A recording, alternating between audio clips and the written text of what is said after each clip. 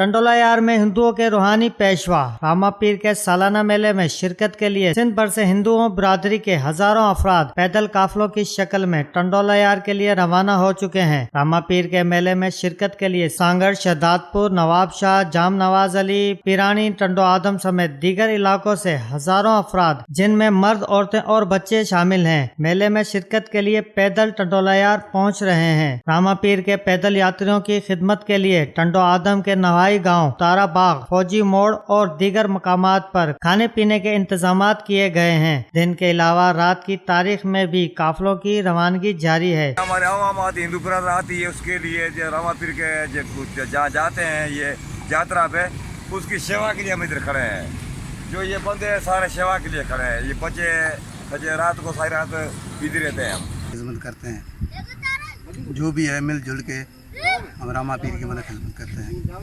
हिंदुओं के काफिलों को किसी इम्कानी लूट मार से बचाने के लिए मुख्तलिफ शाहराहों पर पुलिस का गश्त बढ़ा दिया गया है। कैमरामैन टीम के साथ अशफाक गोरी, वतन न्यूज़, टंडो आदम।